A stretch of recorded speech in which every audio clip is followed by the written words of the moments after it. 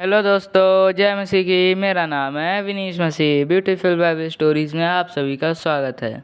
प्रियो, आज की वीडियो आपके आत्मिक लाभ के लिए लाभकारी साबित होने वाली है, क्योंकि आज हम 3 ऐसी मुख्य बातों को देखने जा रहे हैं जिसे मसीह विश्वासी अनजाने में कर रहे हैं और मुसीबतों का सामना भी कर रहे हैं। इस टॉपिक पर आगे बढ़ने से पहले यदि आपने हमारे इस चैनल को अभी तक सब्सक्राइब नहीं किया है तो सब्सक्राइब कर लीजिए और बेल आइकन को भी दबाना ना भूलिए, क्योंकि इसी के ज़रिए ही आने वाली वीडियो आप तक जल्द से जल्द पहुंचने पाती है। नवोपदेशक का लिखने वाला राजा सुलेमान था, जिसको परमेश्वर ने अपार बुद्धि दिया था। वो अपनी पुस्तक में कुछ गंभीर बातों को लिखते हैं जिसे समझना आज हमें ज़रूरी हो जाता है। तो प्रियो, बिना देर किए आइए इसे देखते हैं कि बाइबल में लिखी हुई ये 3 बातें कौन कौन सी है। नंबर 1, परमेश्वर के भवन में सावधानी बरतना जरूरी है। सबोपदेशक 5 उसके 1 में लिखा है, जब तू परमेश्वर के भवन में जाए तब सावधानी से चलना। सुनने के लिए समीप जाना मूर्खों के बलिदान चढ़ाने से उत्तम है, क्योंकि वे नहीं जानते कि बुरा करते हैं। प्रियो, ये आयत हमें परमेश्वर के भवन के जहाँ पर प्रार्थना, उपासना, आराधना होती है उस जगह पर बड़ी सावधानी से जाने की ज़रूरत है। सावधानी और श्रद्धा सम्मान के साथ वहाँ पर प्रवेश करें। वचन सुनने के लिए समीप जाना मूर्खों के बलिदान चढ़ाने से उत्तम है।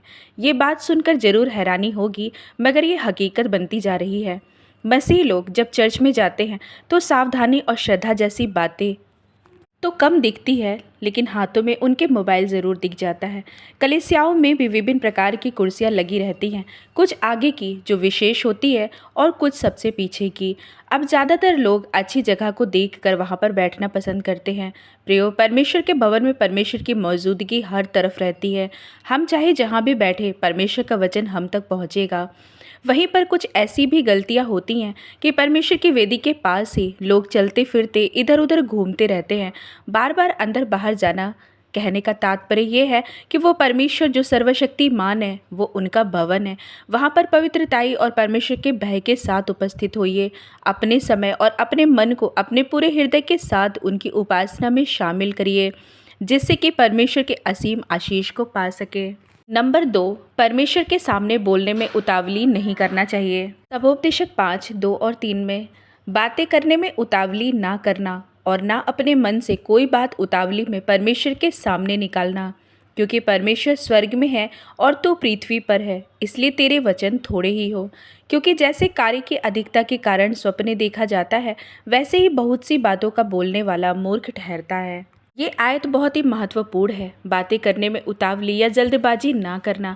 कौन सी बातें परमेश्वर के सामने अपने मन की कोई भी बात उतावली में मत कहना, क्योंकि परमेश्वर स्वर्ग में है और हम पृथ्वी पर, इसलिए हमारी बातें थोड़े ही होनी चाहिए। परमेश्वर का वचन कहता है मत्ती 18 के 20 में, जहाँ मेरे नाम पर 2 या 3 इकट्ठे होते हैं वहाँ मैं उनके बीच में होता हूँ। इसलिए जहाँ भी परमेश्वर प्रभु यीशु मसीह के नाम में आप इकट्ठे होते हैं, उस जगह पर कुछ बोलने और विशेष करके परमेश्वर के सामने अपने मन की बातें कहने में जल्दबाजी तो बिल्कुल भी ना करें। भावनाओं में बहक कर परमेश्वर की उपस्थिति में कुछ ऐसी बातों को ना बोले जिससे कि बाद में पछताना पड़े। मैं तेरे नाम से ये करूँगा या करूँगी और बाद में उसे ना कर पाना, इससे अच्छा है कि शांत रहें, बोलने में जल्दबाजी ना करें। इसी तरह से और भी कई बातें हैं जिसे लोग कर रहे हैं। प्रियो, परमेश्वर की उपस्थिति में अपने शब्दों पर नियंत्रण रखें, क्योंकि बाइबल बताती है परमेश्वर स्वर्ग में है और हम पृथ्वी पर, इसी कारण हमारे वचन थोड़े हों। नम्रता और दीनता के साथ परमेश्वर का भय मानते हुए उनकी मौजूदगी में बैठें। नंबर 3, मन्नत मानने में गड़बड़ी। सबोपदेशक 5, 4, 5 और 6 में, जब तू परमेश्वर के लिए मन्नत माने तब उसके पूरा करने में विलंब ना करना, क्योंकि वह मूर्खों से प्रसन्न नहीं होता। जो मन्नत तूने मानी हो उसे पूरी करना। मन्नत मानकर पूरी ना करने से मन्नत का ना मानना ही अच्छा है। कोई वचन कहकर अपने को पाप में ना फंसाना और न ईश्वर के दूत के सामने कहना कि यह भूल से हुआ, क्योंकि परमेश्वर क्यों तेरा बोल सुनकर अप्रसन्न हो और तेरे हाथों के कार्य को नष्ट करे। मन्नत मानना क्या होता है? प्रियो, मन्नत मानना आपका और आपके परमेश्वर से वादा किया गया होता है। जैसे आपने किसी काम को पूरा होने पर आप परमेश्वर से मन्नत या वादा करते हैं कि आप जिस विषय के लिए मन्नत माने हैं उसे पूरी करेंगे। आपको बताते चले कि परमेश्वर से मन्नत मानना या वादा करना यह बहुत गंभीर बात है। इसे हंसी मजाक या अनजाने में लेना सही नहीं हो सकता है, क्योंकि जिस बात के लिए आपने मन्नत माना है आप उसे भूल गए, परंतु परमेश्वर को वो याद है। दूसरी बात, मन्नत पूरी करने या ना करने का सीधा असर परमेश्वर के साथ आपके रिश्ते पर पड़ता है। तीसरी बात, मन्नत अपनी मर्जी से बिना किसी दबाव के मानी जानी चाहिए। बाइबल में मन्नत मानने के पीछे कई घटना को देखने को मिल जाता है, जहाँ पर बाइबल के समय के लोगों ने अपनी मन्नत को पूरी किए हैं।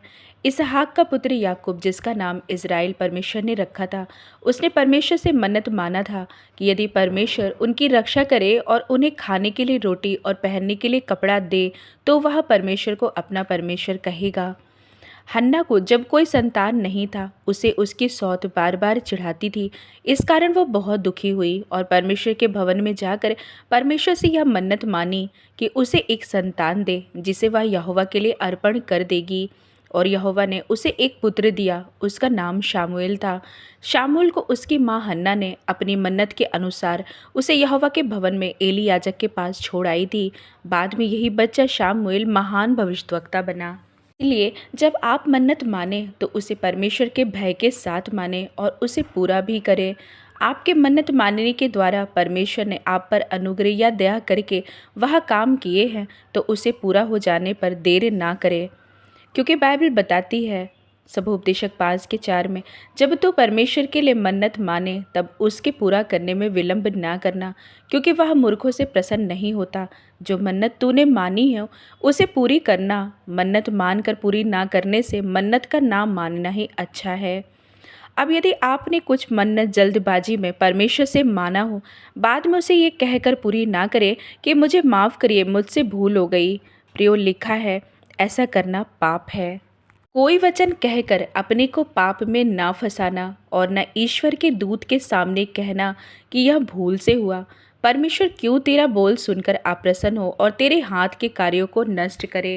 इसीलिए परमेश्वर के सामने आपने क्या बोला है उस पर गंभीर होना जरूरी है। तो प्रियो, अब हमने 3 बातों को देख लिया है। इन बातों को सावधानी पूर्वक अमल करने पर आशीष मिलती है और जल्दबाजी या उतावली से पाप भी हो जाता है। अब आशा करती हूँ ये वीडियो आपको पसंद आई होगी। अब इस वीडियो को मैं यहीं पर समाप्त करती हूँ। अब मैं मिलती हूँ आपसे अपनी अगली वीडियो में। आप सभी भाई बहनों को प्रभु यीशु मसीह के नाम में जय मसीह की।